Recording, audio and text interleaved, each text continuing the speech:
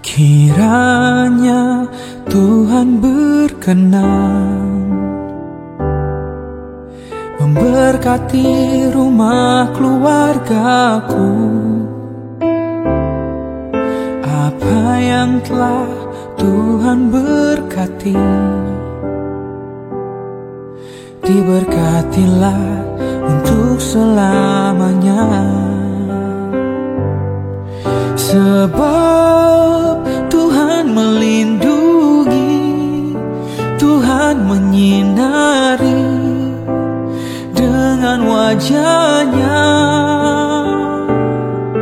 memberi kasih karunia, damai sejahtera. Tuhan Yesus berkati.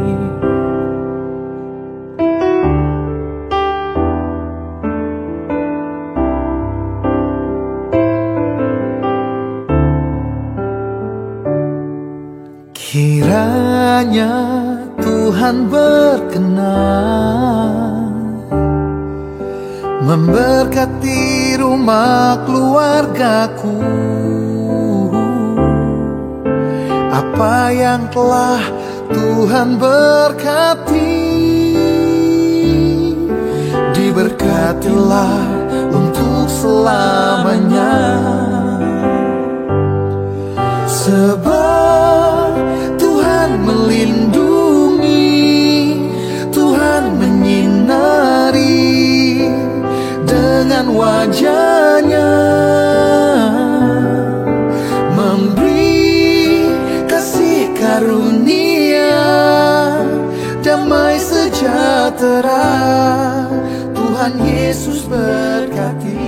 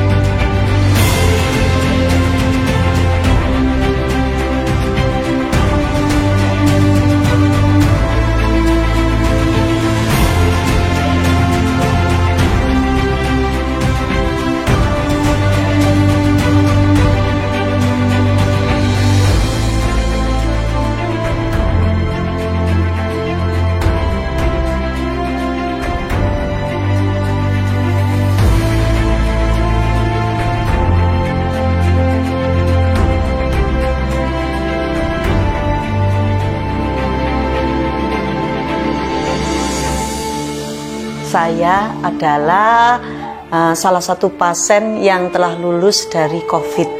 Ya, saya terkena COVID dan masuk rumah sakit bulan September 2020. Kronologinya begini. Waktu itu saya berada di suatu tempat, di tempat kerja saya. Saya sudah sakit dan berobat di salah satu rumah sakit swasta di Ponorogo. Dinyatakan saya tipes. Nah, pada suatu hari teman kerja saya itu masuk, dia keadaan badannya panas, ya, badannya panas terus batuk. Dia batuk-batuk di depan saya. Nah, karena COVID, saya sudah mematuhi protokol kesehatan dengan ketika sampai di tempat kerja saya cuci tangan, dimanapun saya memakai masker, tidak berkerumun. Nah, ketika saya bekerja di tempat meja saya, teman saya yang batuk itu bilang, Bu, badan saya kok agaknya rasanya panas ya. Terus saya bilang gini, kalau panjenengan masih panas dan batuk, besok tidak usah masuk. Saya bilang begitu. Nah, ketika dia bilang begitu itu, maaf, maskernya tidak dipasang dengan baik ya, tidak dipasang dengan baik, dikasihkan di bawah leher. Nah, setelah itu saya juga tidak mempunyai pikiran yang jelek ya, karena saya mempunyai sakit tipes. Nah, saya ketika itu juga sudah isoman. Jadi walaupun saya tidak tahu saya terkena dampak itu, saya di kamar terus karena tipes itu harus bed rest ya, di tempat tidur. Nah, beberapa hari kemudian saya ditelepon dari salah satu puskesmas di Ponorogo di daerah saya. Saya waktu itu shock, betul-betul shock. Saya dinyatakan positif COVID.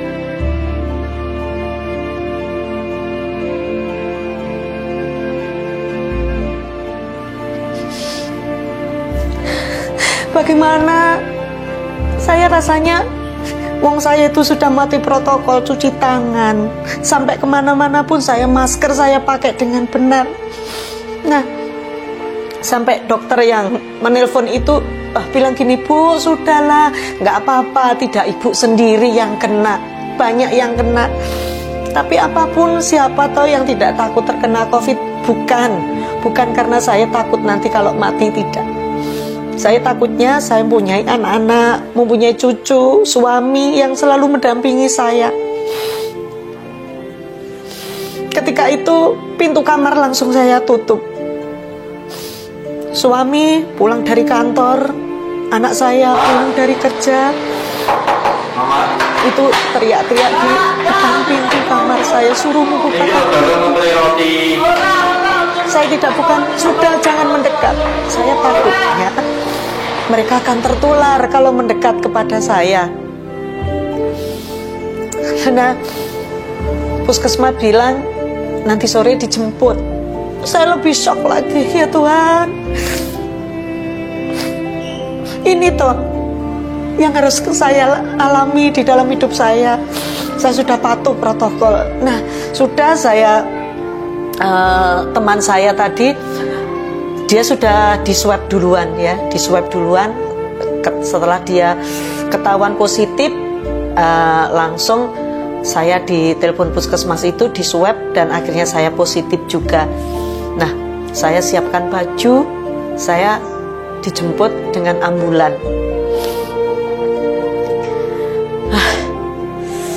Ketika saya dijemput di mana, saya hanya berdoa dan memuji nama Tuhan. Tuhan, ini kehendak-Mu yang terjadi buat saya.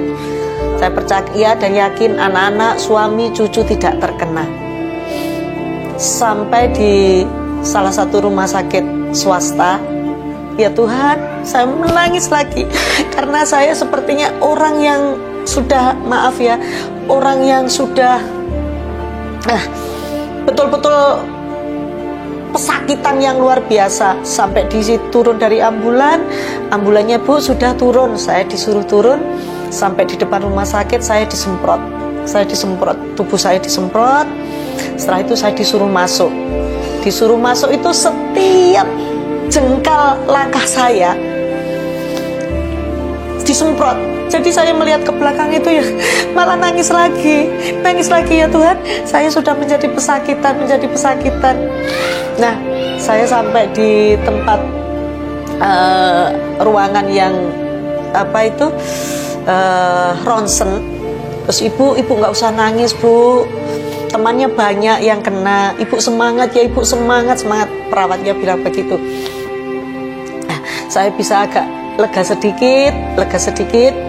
Terus setelah itu suami, anak-anak nelpon, Ma sudah diinfus, Ma. Itu dorongan yang membuat saya kuat. Suami dan anak-anak saya memberi support kepada saya untuk semangat.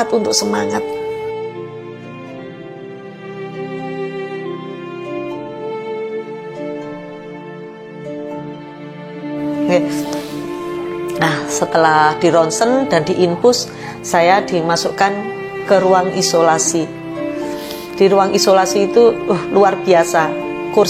Kasurnya 2. Saya tahu sebelah saya itu ada bapak-bapak yang batuknya ngikil, dan ada ibu-ibu yang terus nangis, terus ada anak kecil. Nah, di situ tapi saya tidak tahu kamarnya sebelah mana saya tidak tahu, karena saya sudah disuruh masuk. Nah, yang menjadi saya kuat ya, ketika saya sampai di situ, saya hanya pegang HP, baju saya masukkan ke lemari kecil, saya memuji nama Tuhan, mendekatkan diri sama Tuhan, mendengarkan full dari jam 9 sampai pagi. Saya hanya putar itu. Saya tidurnya hanya duduk di kasur itu sambil mendengarkan ini, sambil ya bagaimana perasaan seorang ibu yang diisolasi.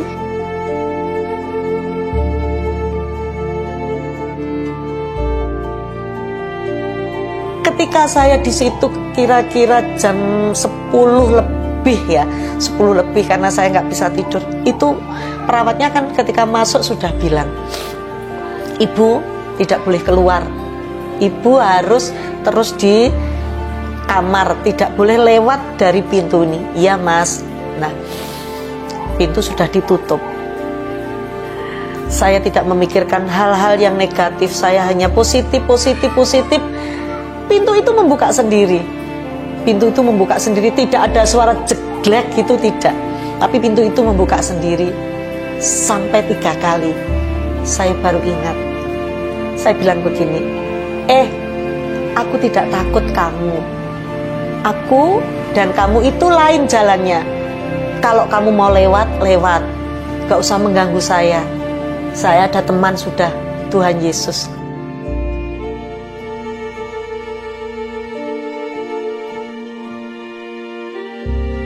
Paginya saya dikabari sama anak-anak kalau suami saya juga positif. Saya menangis lagi, Tuhan, karena suami saya itu punya penyerta, ya, punya penyerta diabetes. Saya nangis, Tuhan, tolong Tuhan, tolong Tuhan.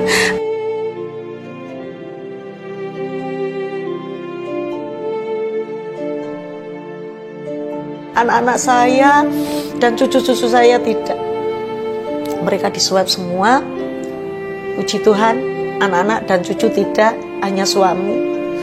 Karena selama ini yang menemani saya tidur, meladeni saya ketika sakit di kamar itu adalah suami. Anak-anak tidak boleh karena saya tipes kan, karena kan tipes katanya menular. Anak-anak nggak boleh masuk kamar. Akhirnya saya dijemput hari Rabu, suami hari Jumat. Aduh, luar biasa kasih Tuhan. Akhirnya saya minta tolong sama puskesmas untuk kami boleh satu kamar, karena memang di tempat saya itu isolasi yang pertama itu tempat tidurnya ada 2. Nah, tapi puji Tuhan luar biasa, saya malah sama suami ditempatkan di ruang VIP. Jadi luasnya luar biasa, luas, kamar mandi di dalam, ada televisi. Ya. Tetapi di ruangan itu saya tidak bisa melihat matahari, tidak bisa melihat hujan. Karena apa? Memang rasanya betul-betul saya disetum. Tidak ada AC. Ya, jadi keringat itu di situ itu luar biasa. Sudah suami saya itu masuk itu hari pertama itu keringatnya sampai meleleh-leleh. Saya lap, terus mah nggak boleh loh. Oh iya, nggak boleh pegangan, saya nggak boleh pegangan. Shock yang selanjutnya adalah ketika suami saya, karena maaf suami saya itu makanan dari rumah sakit tidak mau. Dia minta tolong anak mengantarkan. Malam itu pertama mie goreng. Setelah 2 sendok mual, dia muntah. Jadi semua yang dimakan muntah. Sudah, papa, saya tanya darah apa? Sudah sudah minum air putih dok. Paginya dia minta nasi pecel. Dikasih lagi makanan dari luar, muntah lagi. ya, sampai makanan apapun dari luar muntah. Saya shock, betul-betul shock. Terus saya bilang gini, sudah gak usah makan makanan yang dari luar, makan saja yang dari rumah sakit. Lebih rasanya sudah gak usah dirasakan, langsung telan, makan langsung. Saya bilang begitu. Puji Tuhan, luar biasa sama Tuhan. Kasihnya sungguh luar biasa. Suami saya hanya 7 hari, saya 12 hari. Terus kegiatan saya apa di rumah sakit? Tiap pagi dari mulai hari pertama sampai hari terakhir, tiap pagi jam 5 setelah saya membaca firman, memuji nama Tuhan, saya lari-lari di ruangan itu. Senam, lari-lari, senam, lari. Itu kegiatan saya pagi. Ya, saya juga diberi untuk menaikkan imun, itu ketuk-ketuk dada selama 5 menit sesering mungkin. Itu saya lakukan. Semua vitamin yang dari adik Surabaya, madu dari adik, semua yang dikirim masuk ke rumah sakit itu saya masukkan ke perut. 7 hari dia pulang. Ketika dia pulang, "Ma, Papa kondur sih ya." Dia pengen peluk tapi tidak boleh ya.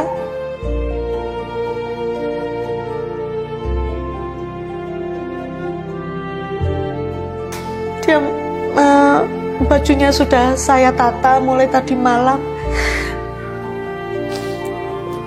Keluar dari pintu dia sebenarnya tidak tega.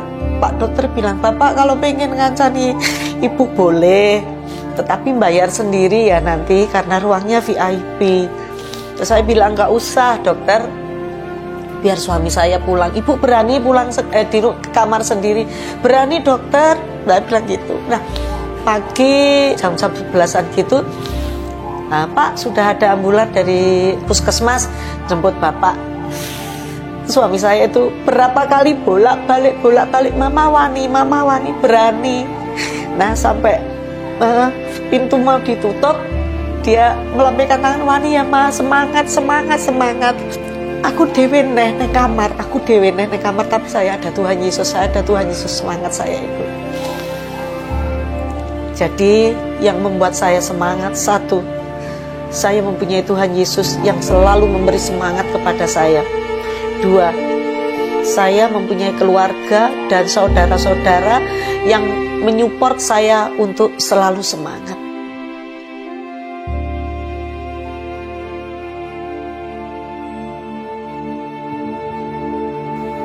Itu yang membuat saya sembuh.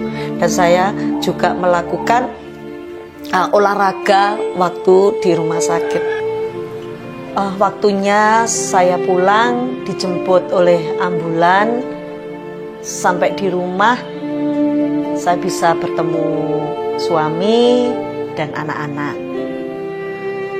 Yang membuat saya lebih terpukul lagi, sampai di rumah saya sudah dinyatakan negatif, suami dinyatakan negatif, anak-anak tidak terkonfirmasi. Masih ada orang yang melihat saya itu jijik ya. Jadi ketika lewat rumah saya yang biasanya menyapa atau melihat ke rumah kami, itu dia nyingkreh menjauhi rumah saya. Jadi ketika lewat depan rumah itu dia sudah nggak mau lihat rumah saya dan lihat kami yang waktu itu berjemur. Jadi yang membuat saya menangis juga di situ ya.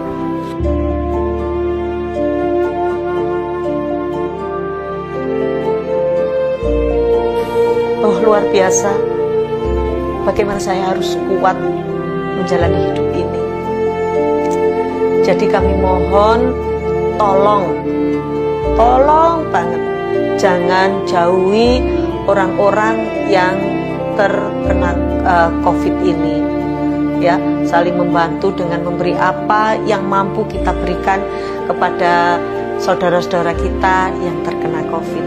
Jangan jauhi, sayangi mereka. Itu yang kami harapkan.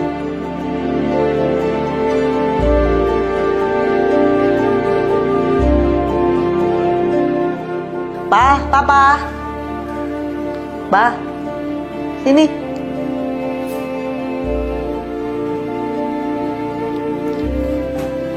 Iya, ini saya perkenalkan suami saya yang mendampingi saya seumur hidup saya. Ketika saya sakit di rumah, beliaunya yang selalu meladeni saya. Nah, jadi makan apapun dia yang meladeni saya. Sampai beliaunya juga terpapar COVID ya. Ya, beliaunya juga terpapar COVID, satu kamar dengan saya. Oke, terima kasih ya Papa, selalu menemani saya, sehat selalu, Tuhan berkati.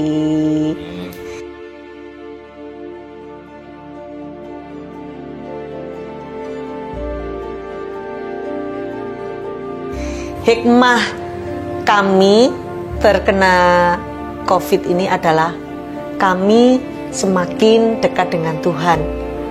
Jadi ketika saya di rumah sakit, saya harus lebih dekat dengan Tuhan. Saya harus setia sama Tuhan. Jadi ketika di rumah sakit saya selalu mendengarkan firman Tuhan, juga memuji nama Tuhan, baik itu lewat YouTube maupun saya memuji sendiri. Itu yang menjadi penguatan saya. Jadi mohon maaf kepada semua saja yang melihat tayangan video kami ini, khususnya dalam hal COVID-19. Kami berpesan kepada semua saja untuk benar-benar mentaati protokoler kesehatan. Jadi pertama, kita harus selalu pakai masker, mencuci tangan, menjaga jarak, menghindari kerumunan massa, dan yang lebih penting lagi, jauhi dari keramaian yang ada. Dan kami berpesan juga, kalau kita bisa menjaga diri, berarti kita juga menjaga orang lain. Terima kasih.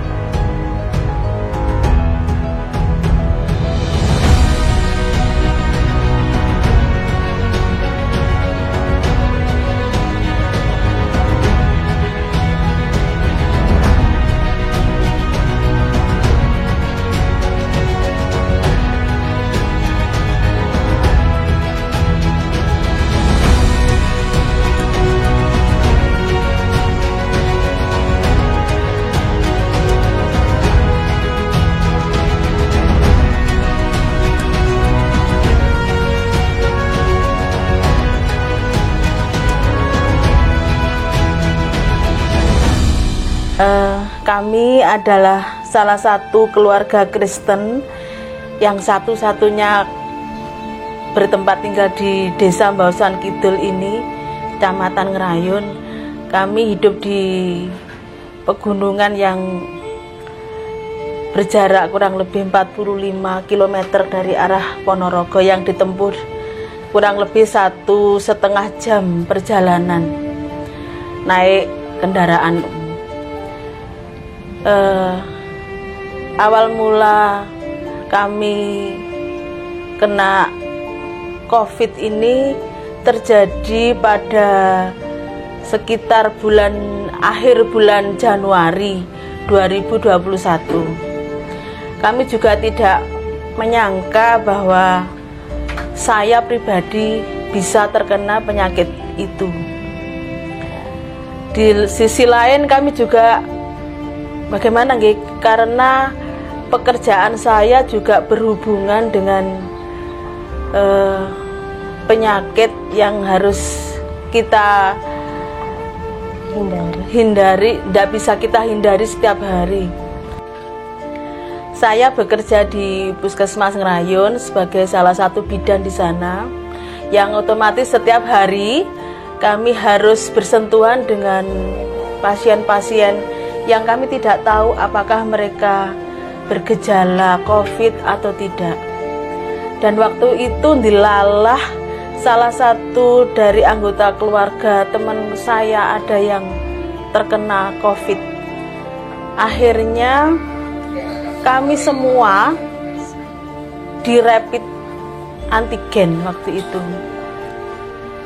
Semua karyawan di rapid dan hasilnya itu sebenarnya non reaktif untuk saya. Lah ternyata dari situ 2 hari kemudian keluarga teman saya itu bergejala. Akhirnya semua di swab, 2 kali swab, akhirnya muncul hasilnya saya terkena positif corona.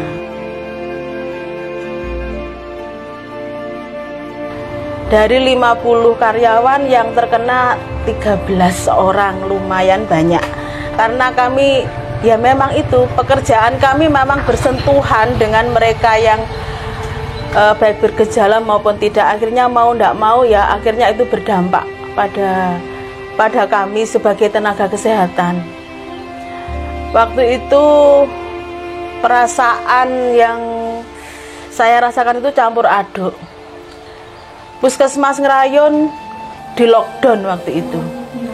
Juga BPM kami di sini, saya punya klinik di sini juga ikut di lockdown. Perasaan saya juga sedih bagaimana saya bisa melayani masyarakat di sini. Saya juga mempunyai 2 karyawan yang setiap hari harus bekerja untuk kami. Tapi karena lockdown, akhirnya kita juga tidak bisa melayani pasien di sini.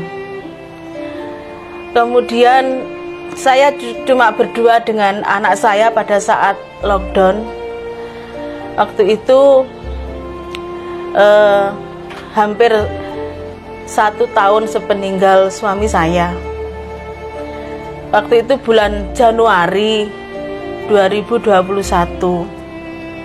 Saya juga sedih dan bagaimana gitu perasaan saya di rumah sendiri dengan anak saya yang hidup di desa yang di pegunungan.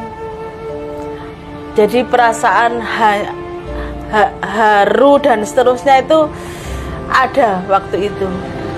Dan puji Tuhan kami diberi kekuatan untuk melampaui ini semua.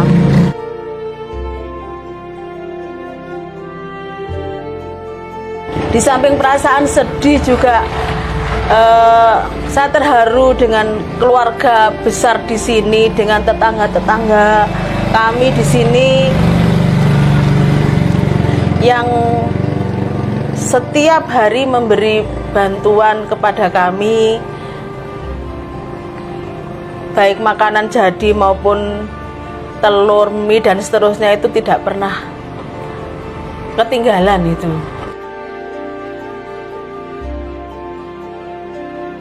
Selama 14 hari isoman, puji Tuhan kami dalam keadaan sehat, ya.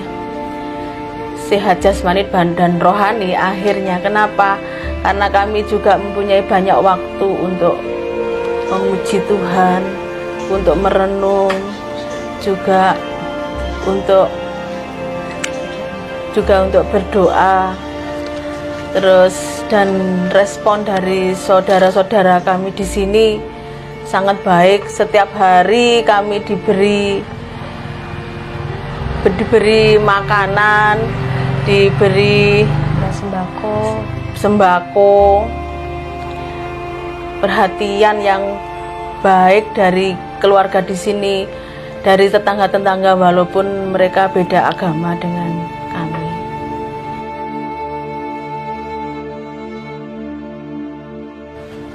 Iya, selama isoman juga saya di samping merasakan berserah juga perasaan takut itu pasti ada sebagai manusia biasa, karena saya tahu COVID-19 adalah penyakit yang sangat mematikan. Jadi saya juga harus waspada, tetap waspada, prokes dalam hal apapun. Juga daya tahan tubuh saya juga harus saya pertahankan, karena saya merasa di usia saya yang hampir 50 tahun ini juga penyakit-penyakit itu juga menjadi komorbid, dan itu bisa melemahkan kekebalan saya.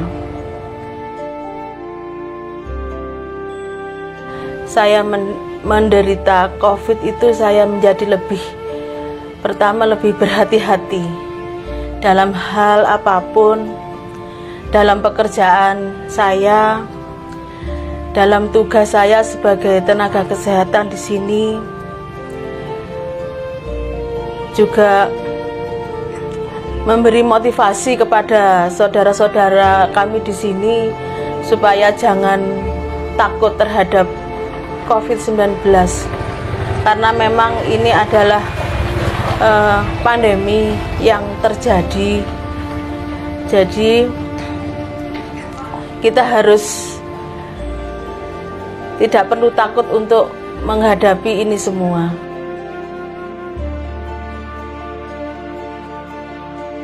Pada saat saya dinyatakan COVID dan itu hasilnya muncul, dan teman-teman semua juga menerima hasil yang sama dengan saya, perasaan saya waktu itu wow gitu, akhirnya kena juga ya gitu. Karena apa, kita sudah seperti biasa. COVID itu bagi kami itu sudah menjadi bagian dari pekerjaan kami, dan siapapun pasti bisa terkena itu. Dan ada satu yang bisa menguatkan kami itu, teman-teman itu gini, kalau kamu kena COVID dan kamu tidak bergejala, berarti kamu sudah mempunyai kekebalan tubuh sendiri, dan itu menjadi kekebalan yang alami bagi kami. Intinya kami harus punya kekebalan tubuh yang baik sehingga kami bisa melawan COVID itu. Kalau kami mempunyai kekebalan tubuh yang baik, itu bisa menjadi vaksin yang alami untuk kami. Saya rasa itu yang menjadi kesaksian kami tentang COVID. Jadi COVID itu yang membahayakan memang, tapi itu yang sudah menjadi bagian dari pekerjaan kita di puskesmas.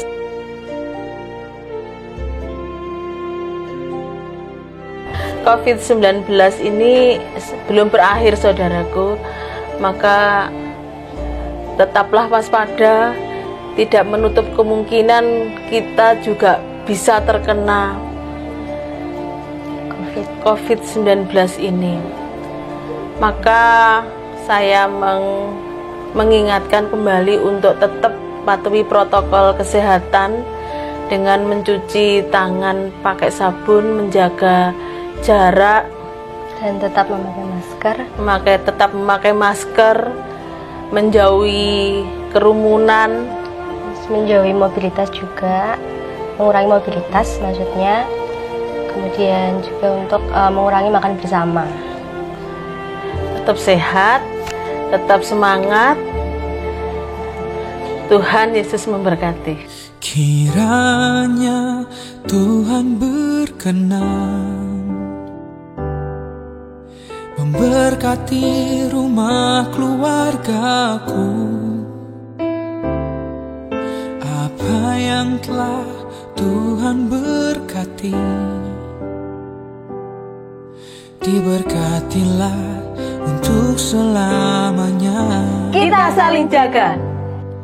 Sebab Tuhan melindungi, Tuhan menyinari dengan wajah-Nya, memberi kasih karunia damai sejahtera. Tuhan Yesus berkati.